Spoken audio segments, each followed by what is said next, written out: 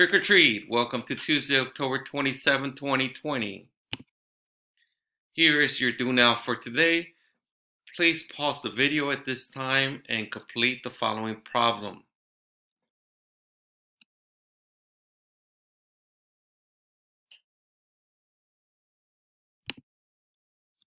Watch the following video, which will help you understand the ratio between pi and the circumference of a circle. LO, Hill scholars will be able to describe pi as the ratio of the circumference of a circle to its diameter. DOL, given two problems, Hill scholars will be able to solve with 100% accuracy. Helpful vocabulary. Pull out your notes from yesterday and complete the following sentences. Please submit your answers on the chat. Today's I do. Over the weekend, my wife asked me to replace the bricks around her flower bed. Needed to know, actually, before I went to the store, how many bricks was I going to have to buy. And the only way that I was going to figure that out is by actually figuring out the circumference and dividing it by the width of each brick.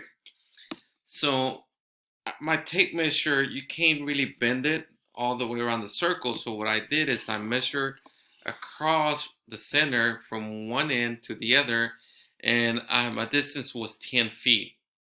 So then I took 10 feet and I wrote down my formula from previous lesson, which is circumference is equal to pi times diameter. And pi is approximately 3.14. So then I took 3.14 and multiplied it by my diameter, which was 10 feet, and I came up with 31 4/10. Okay, but that was in feet. The width of the bricks was in inches, which was 4 inches.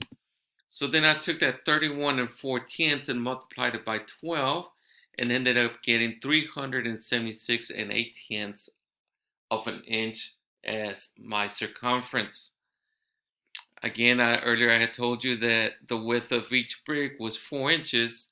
So then I took that 376 8/10 and divided it by 4, which gave me 94 2/10 of a brick.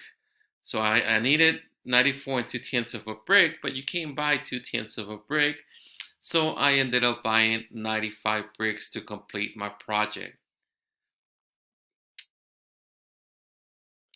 In the following slides, there are a few more real life issues that we needed to solve that we came across.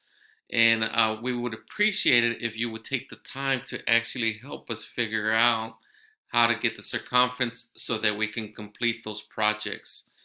Okay, so please help us on the following slides. Thank you.